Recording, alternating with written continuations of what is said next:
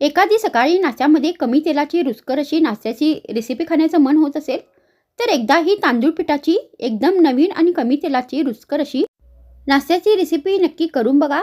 तुम्हाला ही फार आवडेल. नमस्कार, मी रेणुका. तर तुम्हा सर्वांचं माझ्या यूट्यूब चॅनलमध्ये पुन्हा एकदा फार फार स्वागत आहे. तर आजच्या व्हिडिओमध्ये मी तुमच्यासाठी पुन्हा एकदा रुचकर आणि नवीन अशी रेसिपी घेऊन आलेली आहे, जी तुम्हाला नक्की आवडेल. पण त्याआधी अगर तुम्ही माझ्या चॅनलवर नवीन आहात तर माझ्या चॅनलला सबस्क्राईब करा आणि माझे व्हिडिओज पूर्ण बघा आणि ते आवडले तर त्यांना लाईक नक्की करा. मग उशीर कशाचा, चला सुरू करूया आता नवीन. मग ही रेसिपी बनवण्यासाठी सर्वात आधी आपल्याला तांदूळ पीठ हे शिजून घ्यायचं आहे.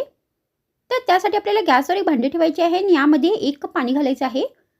पण पाणी व्यवस्थित बॉईल झाल्यानंतर याच्यामध्ये आपल्याला चवीनुसार मीठ घालायचं आहे आणि यामध्ये आपल्याला 1 कप तांदळाचे पीठ घालायचं आहे आणि हे पाणी आणि तांदूळ पीठ व्यवस्थित आपल्याला मिक्स करून घ्यायचं आहे.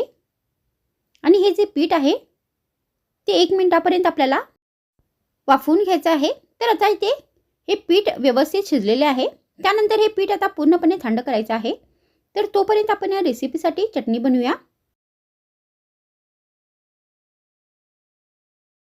मग ही चटणी बनवण्यासाठी सर्वात आधी आपल्याला एक मिक्सरचं भांडं घ्यायचं आहे आणि यामध्ये आपल्याला पाव कप शेंगदाणे घालायचे आहेत. तर मी ते शेंगदाण्याची सगळे साले काढून घेतलेले आहेत. त्यानंतर यामध्ये आपल्याला पाव कप बारीक चिरलेलं वाळलेलं खोबरं घालायचं आहे. तर तुम्ही ते ओल्या नारळाचा पण वापर करू शकता. मग आपल्याला याच्यामध्ये 5-6 सोललेले लसूणच्या पाकळ्या घालायच्या आहेत.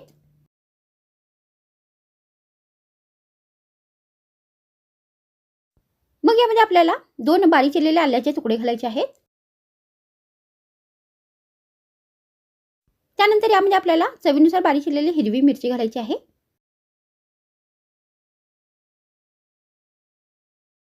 त्यानंतर यामध्ये आपल्याला 1 कप बारीक चिरलेली कोथिंबीर घालायची आहे. आणि आता या सर्व साहित्यामध्ये अर्धा कप पाणी घालून या सर्व साहित्याची एकदम बारीक पेस्ट बनवून घ्यायची आहे.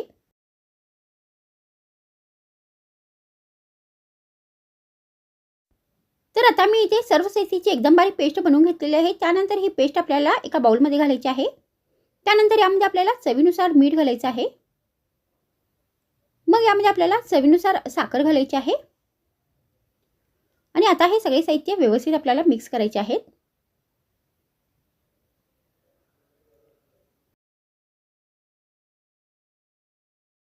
त्यानंतर मी इथे 1 चमचा तेल, अर्धा चमचा मोहरी, अर्धा चमचा जिरे आणि 5-6 करडवेची पाने घालून फोडणी तयार करून घेतलेली आहे.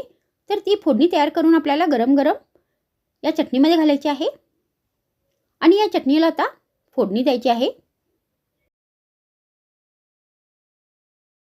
तर आता इथे या रेसिपीसाठी ही चटणी बनवून तयार झालेली आहे.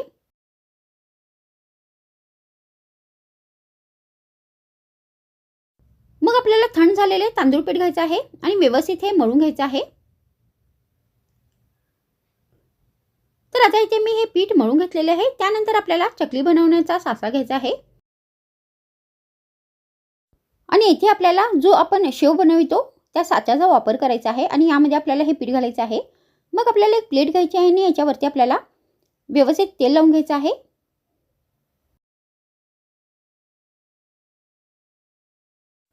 मग त्यानंतर आता आपल्याला या प्लेटवरती या तांदूळ पिठाची शेव घालायची आहे. तर अशा पद्धतीने आपल्याला हे शेव घालून घ्यायचे आहे.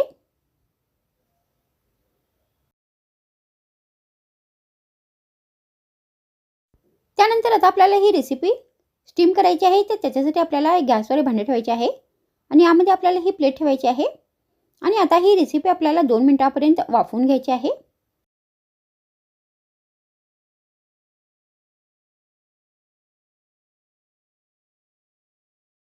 तर आता इथे 2 मिनिट झालेले आहेत आणि ही रेसिपी आता व्यवस्थित शिजलेली आहे, स्टीम झालेली आहे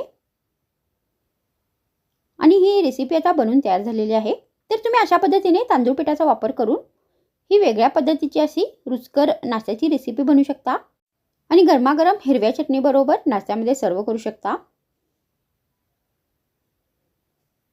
तर मग आजच्या व्हिडिओमध्ये इतकेच. पुन्हा भेटूया आणखीन एक नवीन रुचकर रेसिपीसोबत. तर मग थँक्स फ्रेंड्स वॉचिंग माय व्हिडिओ.